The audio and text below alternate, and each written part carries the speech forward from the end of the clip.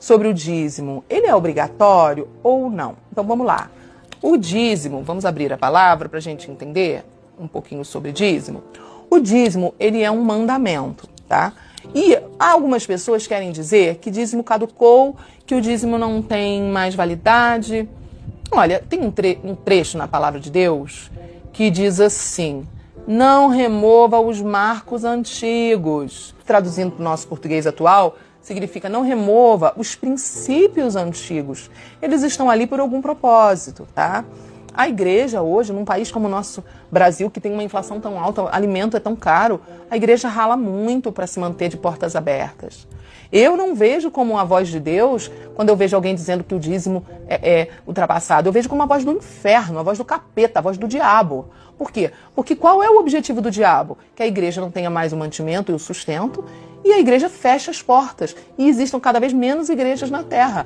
Então quem está por trás dessa conversa não é o Espírito de Deus, é o capeta, tá? Porque dízimo é um tipo de mandamento para manter a igreja de portas abertas, para manter o sustento da igreja. Agora vamos na palavra, Malaquias capítulo 3, vamos lá, verso 10, né? Que diz assim: trazei todos os dízimos para a casa do tesouro, para que haja mantimento na minha casa. Naquela época, o que era o dízimo, tá? O dízimo era a moeda daquela época, né? A gente tem que entender o contexto bíblico, tá? A moeda era terras, era gado, era ovelhas, era cereais, isso que era a moeda daquela época. Então, quando a pessoa falava, traga 10%, dízimo significa 10%. Traga 10% de tudo que você recebeu. Traga 10% de tudo que Deus te deu. Então, as pessoas levavam 10% da colheita, 10% das ovelhas, 10% do gado, entendeu? 10% daquilo que Deus tinha dado de prosperidade. Hoje, ninguém vai levar 10% das ovelhas, nem 10% do cereal para a igreja. Hoje, a forma como a gente vive é ganhando salário em dinheiro. Por isso, a gente devolve 10% do dinheiro que a gente ganha, porque a gente entende que Deus nos deu, tá? Aí Deus fala assim, e depois, né, que você trouxer, faça prova de mim, me prova nisso. Ou seja, para você ver quem eu sou. Você vê se eu não estou vendo, se eu não sou fiel, quando você consagra a mim o que você ganha de mim. Aí ele diz assim, né, diz o Senhor dos Exércitos, você vai ver se eu não vou abrir as janelas do céu e não vou derramar sobre você bênção sem medida. Por que Deus está falando isso? Qual é o princípio revelado?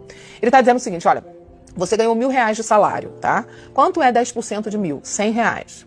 Ah, quem te deu o teu emprego? Vamos lá, Aline. Quem abriu a porta de emprego para você?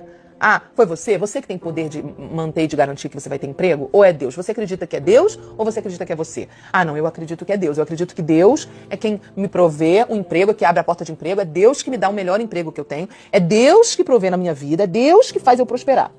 Eu acredito, vamos supor, né? Que você esteja me respondendo. Eu acredito que o meu dinheiro, o meu salário veio das mãos de Deus.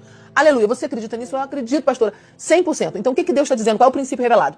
Olha, se você acredita que sou eu, Deus falando pra gente, se vocês acreditam que sou eu que dou pra vocês, traga 10% do que eu, diz o Senhor, te dou. É isso que ele está falando aqui em Malaquias 3:10.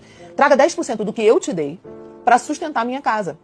Aí tem um poder no mundo espiritual. Por isso que ele fala, você me prova para você ver se eu não vou te abençoar. Eu peguei R$1.000 que eu ganhei de salário, tirei os 100 e levei para o altar de Deus. Coloquei no altar de Deus. Quem viu que eu coloquei? O pastor, problema do pastor. A irmã, a pastora, problema deles.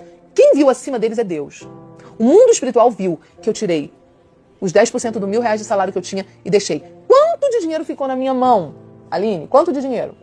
R$900. Quando eu dou os R$100 do dízimo, que é o mandamento não é oferta, tá? Isso é devolução. Eu estou devolvendo. Dízimo não é oferta. Dízimo você não dá. Você não diz assim, eu dou o dízimo. Você diz, eu devolvo o dízimo. Porque eu creio que Deus me dá, eu só devolvo. Ele só pediu 10%. Ele podia ter pedido mais. Ele pediu, me devolve 10%. Então eu vou lá e devolvo. Devolvo 10% para o Senhor. Os R$900 daqueles 1.000 que ficaram na minha mão, há um poder no mundo espiritual de consagração. Os 100 que eu tirei daqueles 1.000, consagra os 900. E olha o que ele diz que acontece, ó, no verso 11. E por causa disso, por vossa causa, eu vou repreender o espírito devorador. O devorador não vai conseguir comer os 900 que ficam na minha mão. O devorador não consegue tocar nas minhas finanças nem nos meus bens materiais. Ele fala, para que não vos consuma o fruto da terra, a vossa vide no campo não será estéril, diz o Senhor dos Exércitos. E todas as nações, verso 12, chamarão vocês de felizes, porque vocês serão uma terra deleitosa, né, próspera, diz o Senhor dos Exércitos. Então, o que Deus está falando? Ele está falando de um princípio aqui, olha, quando você devolve 10% do que eu te dou, os 90% que ficam na tua mão estão consagrados a mim e debaixo da minha proteção. E o demônio devorador, que come as finanças, que destrói as coisas, não vai poder tocar nas tuas coisas materiais. Por quê? Porque tudo teu está consagrado a mim.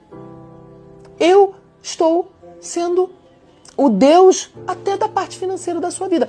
Porque olha só, vamos lá, Aline, se eu não sou capaz de devolver para Deus R$100, mas eu saio para um jantar e gasto 200 de comida, deixa eu te falar, o dinheiro já é meu Deus há muito mais tempo e eu não sei.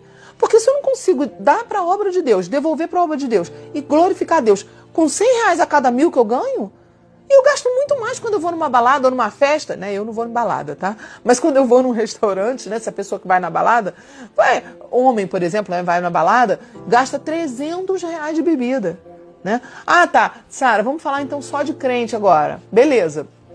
Crente vai no salão de cabeleireiro, gasta R$500. R$500 no salão. A mulher. E homem? Com equipamento, com coisa celular, com tecnologia.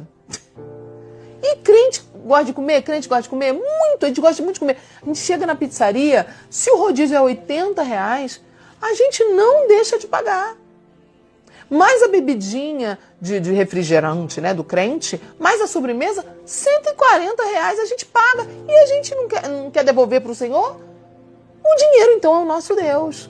Então é isso que Deus está confrontando. O dízimo é um princípio que não pode ser abolido. Quando a pessoa abole o dízimo, a pessoa está removendo um marco antigo.